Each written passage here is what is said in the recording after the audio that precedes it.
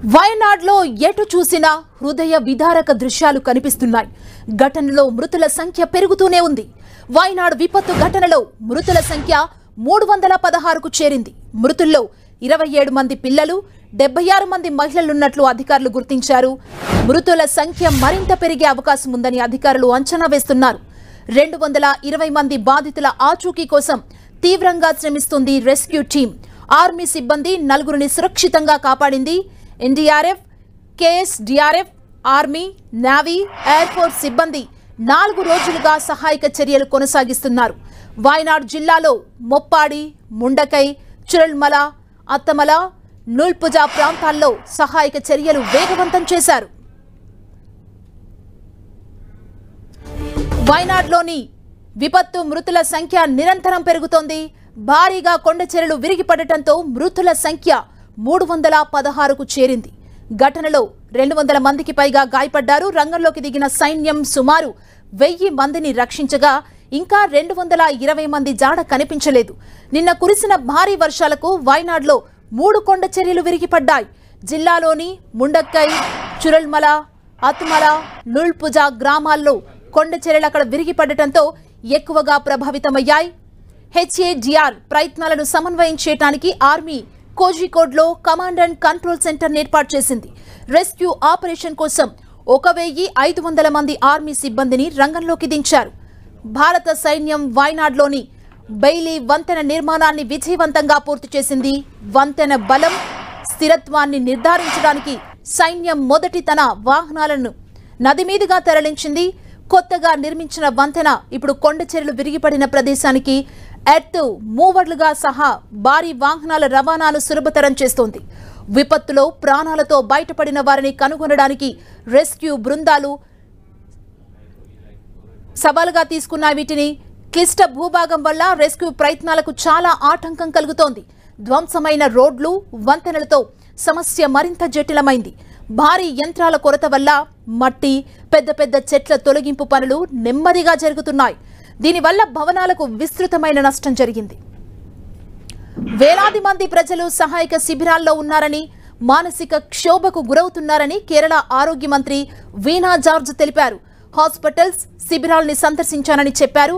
మానసిక సాయాన్ని అందించడం, అదేవిధంగా అటు వ్యాధుల నియంత్రణపై దృష్టి పెట్టడం మా ప్రాధాన్యత అన్నారు.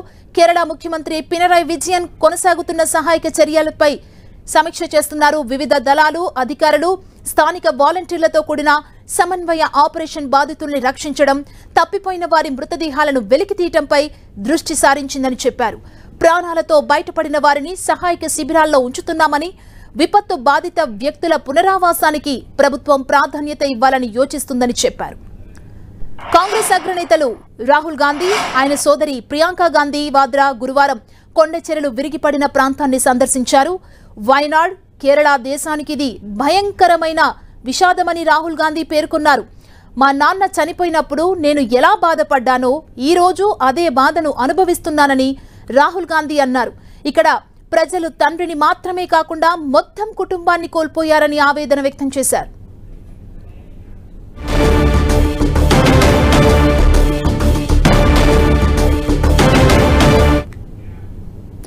వయనాడ్లో గంటకు మృతుల సంఖ్య పెరుగుతూనే ఉంది. సహాయక చర్యలు అన్ని విభాగాలు సమన్వయంతో చేస్తున్నాయి. తాజా సమాచారం తెలుసుకుందాం. మా ప్రతినిధి గోపి అందిస్తారు. గోపి, ఇంకా ఏం చెబుతున్నారు అధికారులు?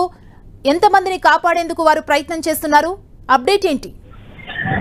వయనాడ్ జిల్లాలో సహాయక చర్యలు కొనసాగుతున్నాయి. మెప్పాడి, అలాగే చెరల్మల, అలాగే ముఖ్యంగా మరికొన్ని ప్రాంతాల్లో ఈ ఎక్కడైతే కొండ చర్యలు విరిగిపడిన ఘటనలు చోటు చేసుకున్న ప్రాంతాలు ఉన్నాయో అక్కడ 6 జోన్లుగా విభజించి ప్రస్తుతం సహాయక కార్యక్రమాలను కొనసాగిస్తున్నారు. భారత సైన్యం, అలాగే నావికాదళంతో పాటుగా ఎన్డీఆర్ఎఫ్, అలాగే కోస్ట్ గార్డ్ టీమ్స్ ప్రస్తుతం ప్రభావిత ప్రాంతాల్లో కలిసికట్టుగా గాలింపు చర్యలు ముమ్మరంగా కొనసాగిస్తున్నాయి.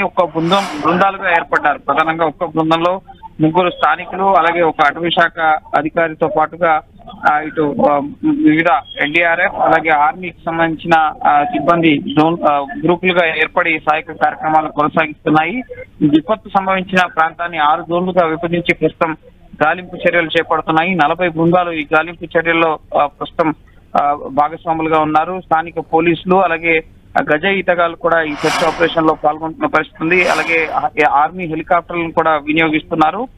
ప్రస్తుతం డ్రోన్ ఆధారిత రాడార్ ద్వారా ఎవరైతే ముఖ్యంగా ఈ కొండ చర్యలు విరిగిపడిన ప్రాంతాలు అలాగే నదీ పరివాహక ప్రాంతాల్లో ఇంకా సజీవంగా ఉన్నారో వారిని గుర్తించేందుకు డ్రోన్ ఆధారిత రాడార్లను కూడా ఉపయోగిస్తున్నారు.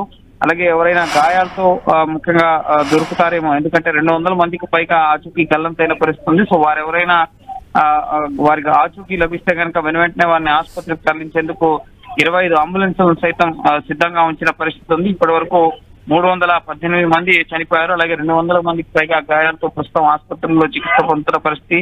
అలాగే మరో 220 మంది ఆచూకీ తెలియరాని పరిస్థితి ఉంది. ప్రస్తుతం బెయిలీ బ్రిడ్జ్ నిర్మాణాన్ని ఆర్మీ పూర్తి చేయడం జరిగింది. దీంతో ఈ చురల్మల అలాగే మెప్పాడి ఈ ప్రాంతాలకి కనెక్టివిటీ అనేది పెరగడం జరిగింది. జేసీబీలు అలాగే ప్రొక్లైనర్ల సాయంతో ఈ బురద మట్టిని అలాగే రాళ్లను శిథిలాలను తొలగించి ఇళ్ల కింద ముఖ్యంగా ఇళ్లన్నీ కూడా బురదలో కురికిపోయిన పరిస్థితి ఉంది. సో ఆ బురదను తొలగించి ఇళ్లలో ఎవరైనా సజీవంగా ఉన్నారేమో అని చెప్పి గాలింపు చర్యలు అనేవి కొనసాగుతున్నాయి. సో ఎవరైతే ముఖ్యంగా గాయాలతో ఉన్నారో సో వారిని సురక్షితంగా కాపాడేందుకు అన్ని రకాల ముందస్తు ఏర్పాట్లను కూడా చేయడం జరిగింది. బెయిలీ బ్రిడ్జ్ నిర్మాణం పూర్తితో ఈ రోజు సహాయక కార్యక్రమాలు మరింత ముమ్మరంగా సాగుతున్నాయి. సాయంత్రానికి ముఖ్యంగా మరిన్ని మృతదేహాలు వెలుగులోకి వచ్చే అవకాశం ఉంది. అలాగే ఈ ఎవరైతే ముఖ్యంగా మొబైల్ కమ్యూనికేషన్ సిస్టమ్, ఎలక్ట్రిసిటీ ఇవేవి కూడా లేని పరిస్థితి ఉంది కాబట్టి సో కొంత సహాయక చర్యలకు కూడా అంతరాయం ఏర్పడుతున్న పరిస్థితి ఉంది.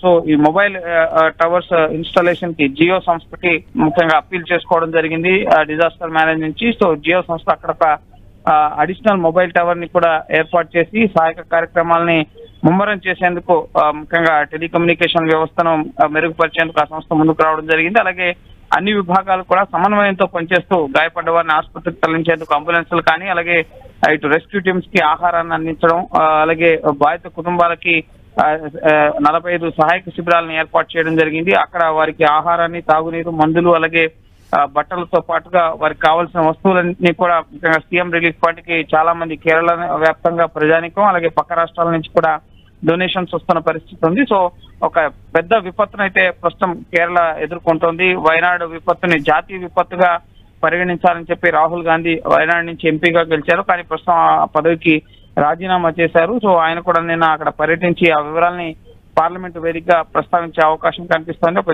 జాతీయ విపత్తుగా అయితే ఇప్పటి వరకు కేంద్రం ప్రకటించలేదు. అలాగే 5,000 కోట్ల రూపాయలని కేరళ ఎంపీలు కేంద్రం నుంచి డిమాండ్ చేస్తున్న పరిస్థితి. సో ప్రస్తుతం ఇప్పటి వరకు కేంద్రం నుంచి మృతుల కుటుంబాలకు 2 లక్షలు, గాయపడిన వారికి 50,000 సాయం మాత్రమే ప్రకటించడం జరిగింది. సహాయక కార్యక్రమాల్లో కేంద్ర బృందాలు అయితే చురుగ్గా పాల్గొంటున్నాయి కానీ ఆర్థికంగా కేరళకి ఏం చేస్తారన్న దానికి సంబంధించి మాత్రం ఇప్పటి వరకు కేంద్ర ప్రభుత్వం ఎటువంటి ప్రకటన కూడా చేయలేదు. Thank you Gopi.